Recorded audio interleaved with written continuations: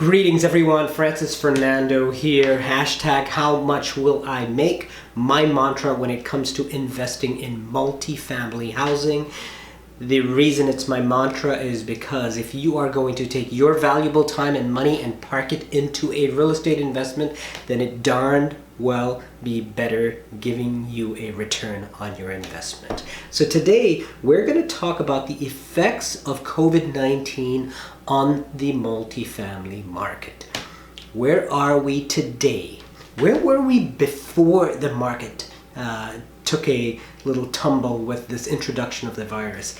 And where are we headed? What are the predictions for the future of this industry? So with that, this is geared, I'm sort of gearing this for those of you that may have been sitting on the sidelines saying, I'm waiting for an opportunity. I'm waiting for an opportunity to jump into real estate. I haven't done it yet, but I'm waiting to jump into the market. So stand by because I may be addressing that. It's also geared towards those of us that are in the market already. So we're pretty heavily invested in the multifamily sector. And we're wondering, should we be thinning out our portfolios, or is this an opportunity to keep our powder dry, as they say, and start buying more or acquiring more assets? So with that, I'd like to start off by saying, we really have been rocked. The industry has been rocked. We went from normalcy overnight to not being able to visit our moms, dads, brothers, sisters. In general, all our freedoms have been gone. Many of us have been hit by this extremely hard, and I feel for you guys that have been hit extremely hard. And some of us are on the other spectrum. We've been, mildly affected by this.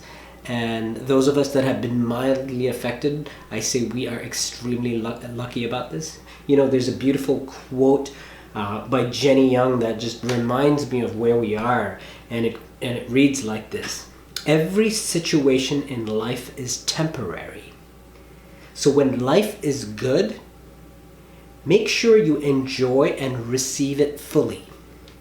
And when life is not so good, remember that it will not last forever and better days are on the way. So I just thought that was appropriate for today. So looking into where we are in the market, I'd like to start off by saying, where were we before the market even hit? Where were we? How healthy were we from a real estate perspective?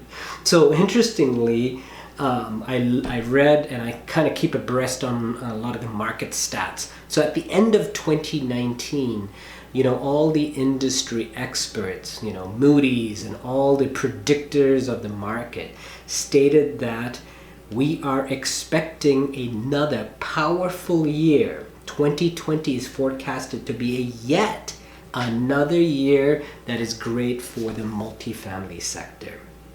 When you looked at all the stats, the important key metrics, we were looking at national vacancy rates. National vacancy rates were about 5%. And interestingly, in the supply-constrained areas, I'm looking here, the supply-constrained areas, we were at a 4% vacancy rate. So that was really, really good.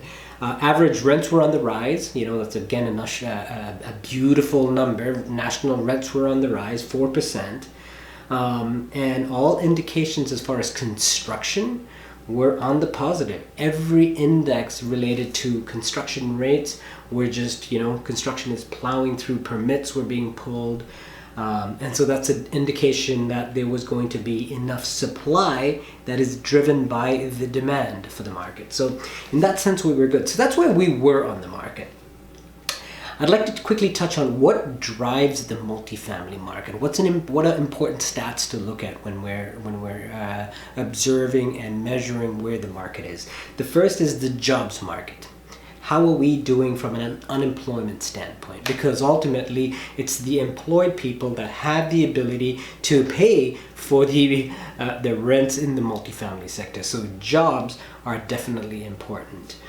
Interest rates obviously are important. Interest rates is your access to capital, cheaper access to capital allows you to, have a lower note payments, which is then has an impact on your cap rate, right? The lower your rate, the higher the cap rates are. And then finally, it's a demographic shift, right? The demographic shifts of, are there more people going into home ownership, or are more people being driven into the rental market? Now, the demographic shifts have been over the last few years, hence the reason the experts came in and said that 2020 is going to be yet another year, because over the past decade, the demographic shifts have just been positive for the rental market. So it has been a strong shift towards renters. Students are graduating from colleges with an all-time high in debt.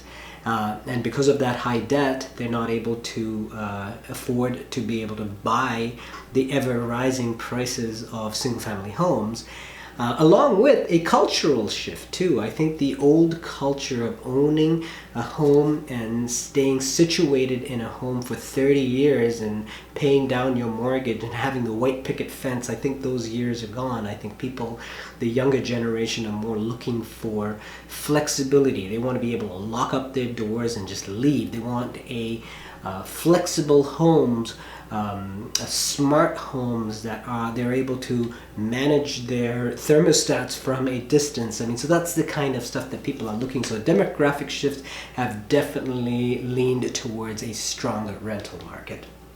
Now, here's the final, part of this episode is, where are we headed? And this is really the crux of it. Where are we headed? So as many of you know, the CARES Act was, as soon as the COVID-19 pandemic hit, the CARES Act was quickly and quite swiftly passed, which I give credit to the feds for making that happen. And what that did is it really propped up the multifamily sector. Now, the multifamily sector is typically a very resilient sector, and it's still doing amazing. So my overall prediction is we're still doing good. There's some shifts, but I feel that we are in a recessionary environment. So we are going to be in a recessionary environment, and where, from an economy standpoint, we're in a recessionary environment, but also from a real estate multifamily, we are going to be in a recessionary environment. So my overall prediction is this is going to be a buy moment for those. The challenge comes in as to access to capital. So that's where I'll jump into that.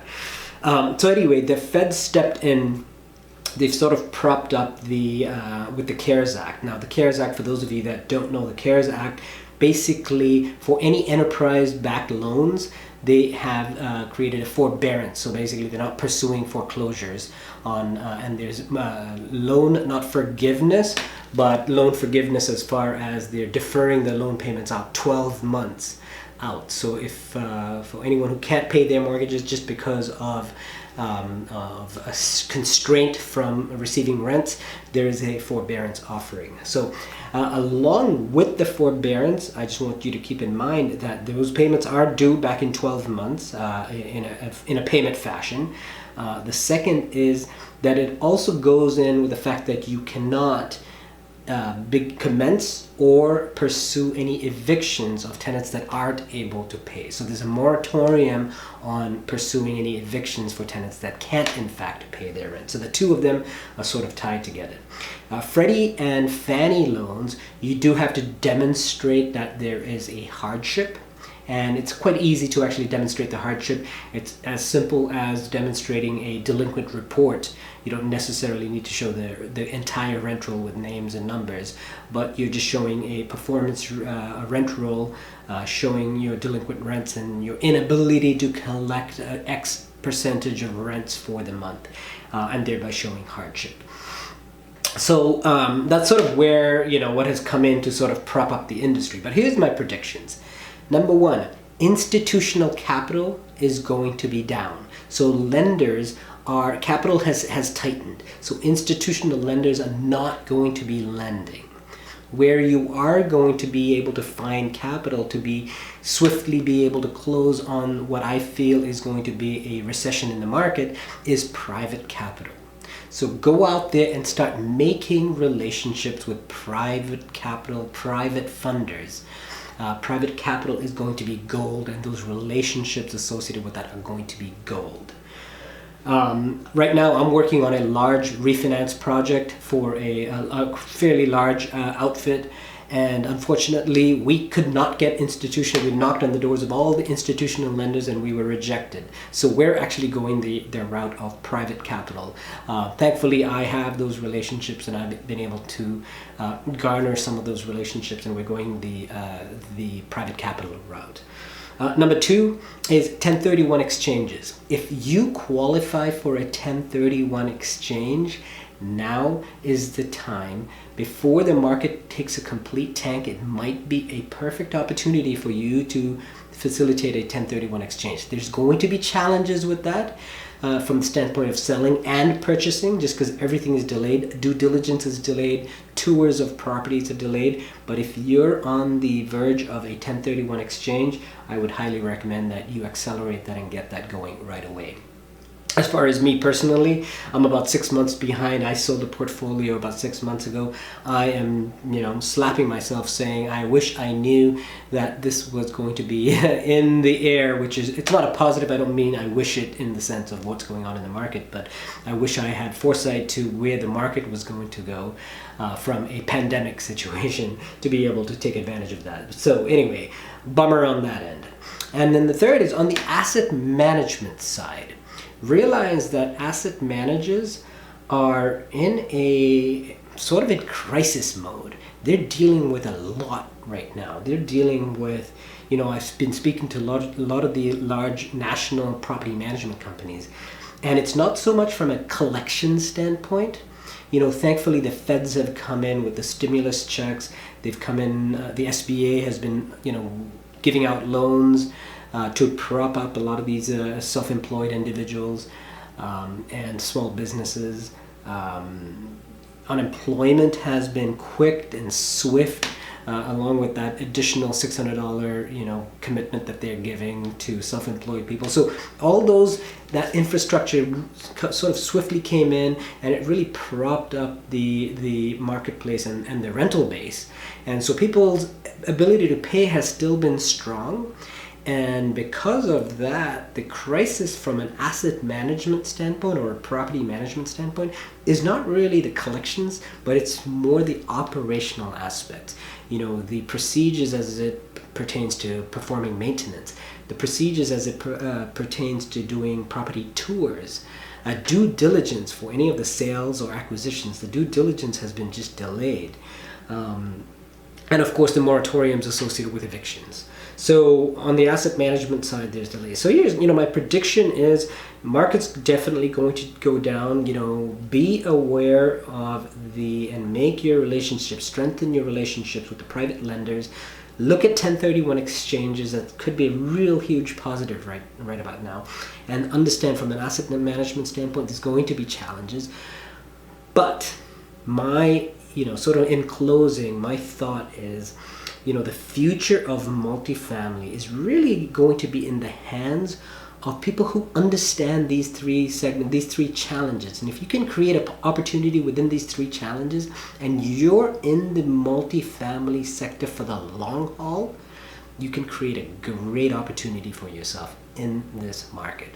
So that's my prediction, folks, for COVID, Corona, pandemic 2020, the real estate market as it pertains to particularly multifamily. That sector, multifamily, is going to be strong. There's going to be opportunities, rather. It's going to be strong. It's going to come back. It's going to come back. It hasn't been hit hard yet, but there are some challenges. So definitely take advantage of this.